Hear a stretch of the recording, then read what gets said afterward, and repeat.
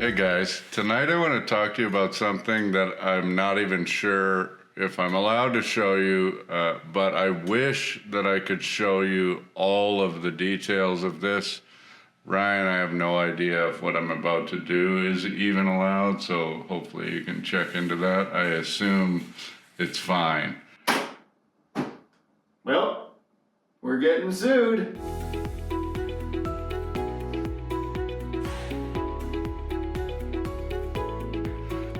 I want to talk to you guys today about something that sort of changed my mind about investing. The very first time I saw it changed basically my life and how I thought about investing. And then just kind of tell you what I can about it. And this is something called the Andex chart. And basically I Google Andex chart 2022, and this comes up and I look at images, and you're not allowed to do anything. You can buy them to put them on your wall or send to individual clients, but I know that I'm not allowed to share this from what I understand. You can't find one that you can actually read online. You can't find a picture.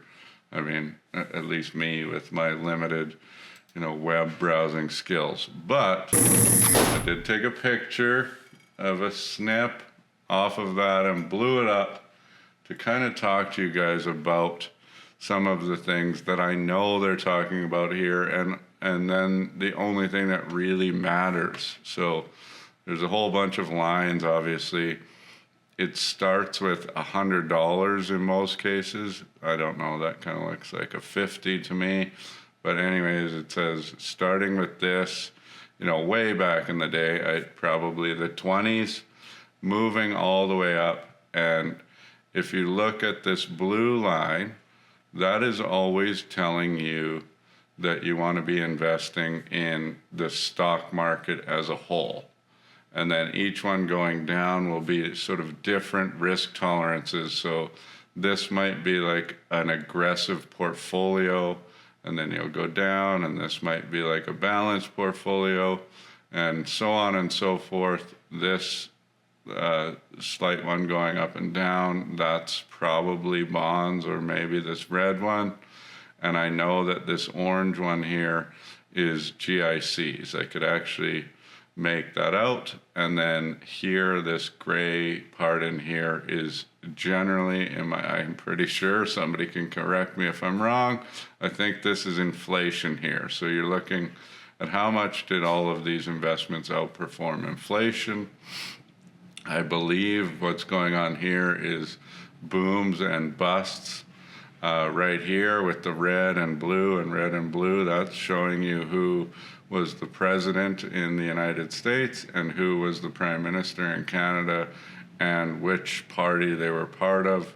So you can see, and then I know all these black dots up in here are things that are like specific world events. So here you can see like the 2008 market crash, which, you're seeing all of these things go down.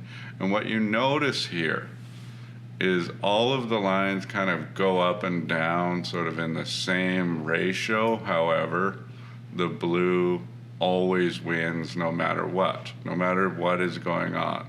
I think this is inflation compared to gold. So this was one that said, okay, when I saw this, and I was just like, why would I ever invest in gold? It doesn't beat inflation. Everything else on here beats inflation. And I think this purple down here is probably GDP. And then there's one that's the Canadian dollar. And then if you go out to like 15 years, this is probably 15 years, it'll show that the stock market has never been negative once in a 15-year span, but other things that are, what we think is less risky actually see negatives at some points in time because they've never made up enough money. So all I really wanted to talk to you about this, and the only thing that I've ever noticed on this, because there's a million things to pay attention to on here, is that this blue line always wins. And that's it. It's like, okay, well, the stock market is the riskiest thing ever. It's super scary, but all of these bad things have happened in history. You see, like, this is just an absolutely massive crash for a very long time.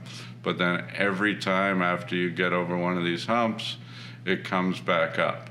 So, when that's where you say, okay, when people are really scared and we're losing our minds, so this is probably like the 2020 sort of 3 week just absolute mess.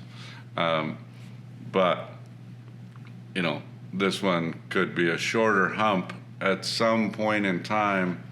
At least in our history, it has gone like this. And so that is basically it. That's all you really need to know about investing is that it's almost that simple. And when I saw this, I said to my friend that I didn't know you could even do this at the time. This was very early in my career. I was just learning. And one of my friends is a CFA, which is like basically the highest designation you can get in this business, which means he could basically go out and manage a mutual fund if he wanted to.